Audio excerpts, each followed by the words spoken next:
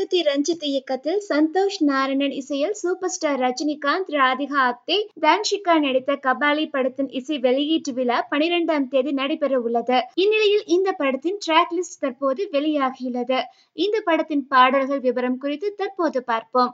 உலகம் ஒருவனுக்காக என்று தொடங்கும் பாடல் பாடலாசிரியர் கபிலன் எழுதியுள்ளார். பாடியவர்கள் ஆனந்த், சந்தோஷ் நாராயணன் மற்றும் கானா பாலா.